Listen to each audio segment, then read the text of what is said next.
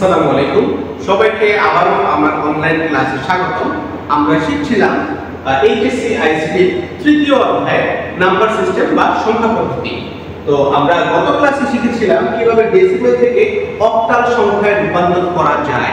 আজ আমরা শিখব কিভাবে ডেসিমাল থেকে হেক্সাডেসিমাল সংখ্যায় রূপান্তর করা যায়। কিভাবে আমরা বুঝবো একটি সংখ্যা সেটি ডেসিমাল নাকি হেক্সাডেসিমাল। খুবই সহজ, যখনই আমরা দেখব সংখ্যাটির নিচে 10 বা 10 লেখা আছে তখনই আমরা বুঝবো এই সংখ্যাটি একটি ডেসিমাল সংখ্যা, কারণ 10 হচ্ছে ডেসিমাল সংখ্যার বেস।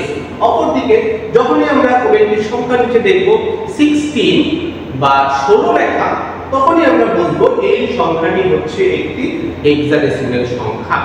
আমরা এখন এই সংখ্যাটি রূপান্তর করি।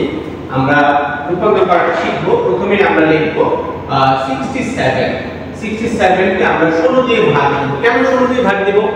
এর আগের বার যখন আমরা ডেসিমাল থেকে অক্টাল করেছিলাম তখন আমরা 8 দিয়ে ভাগ দিয়েছিলাম, কারণ অক্টাল ছিল 8 এর অক্টালের বেস হচ্ছে 8। এখন আমরা 16 দিয়ে ভাগ দেব কারণ হেক্সাডেসিমাল সংখ্যার বেস হচ্ছে 16। তো আমরা 16 দিয়ে 67 ভাগ দিলে যদি 4 16 আমরা জানি 4 16 হচ্ছে 64 বা 64, তাহলে 64 থাকে 65 6 7 3 হচ্ছে এখানে ভাগশেষ থাকে। আর আমরা জানি ভাগশেষ ডান পাশে লিখতে হয়। এখন আমরা 4 থেকে আসলে 16 দিয়ে ভাগ যায়, ভাগ না গেলে আমরা লিখতে পারবো 0 আর ভাগশেষ এখানে হচ্ছে 4। তাহলে এটা এই প্রশ্ন এখানে শেষ। আমরা নিচের দিকে উপরের দিকে যাব। আমরা নিচের দিকে উপরের দিকে যাব। নিচের সংখ্যা হচ্ছে 4, প্রথমে লিখব 4, তারপরে লিখব 3।